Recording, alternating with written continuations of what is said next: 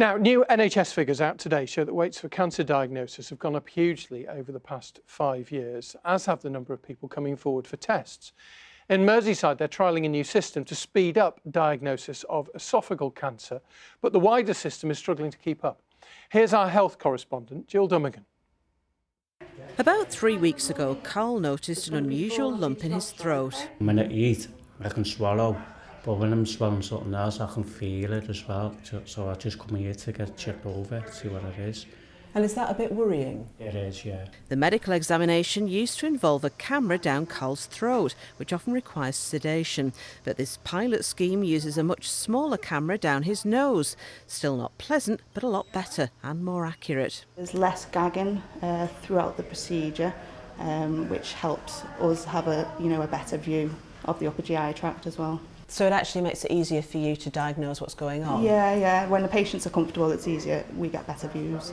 It's also faster, and the unit's been working 7 days a week with impressive results. Over the sort of 7 or 8 months we've now done this, we've done 2,400 patients. That's brought down the waiting list for gastroscopy by about 35%.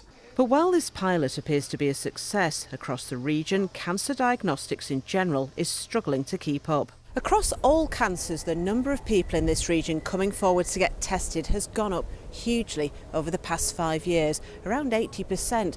And while it's a good thing that more people are coming forward, the health service in the region is struggling to deal with the sheer number of those tests in time. In September 2017, 95% of diagnostic tests were within the 2-week standard, and just 0.3% waited longer than 28 days. This September, just 69% met the standard, and more than 1 in 10 took more than twice that. Schemes like this help, but overall there are limited resources. So I think if you look across Cheshire and Merseyside, there's probably enough capacity in terms of rooms and equipment.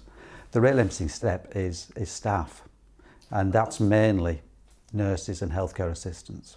And now there's a nurses' strike on the horizon, one which could hit every major trust on Merseyside and every main cancer centre in the northwest, with the possibility of further delays. Staff shortages continue to be the biggest challenge to the NHS, so we really want the government to commit to that long-term workforce plan. So at least NHS providers, hospitals and the like have a plan, have the confidence that the workforce is going to come through. Back at Broadgreen, it's good news for Carl. All I've seen is a little bit of inflammation in your stomach.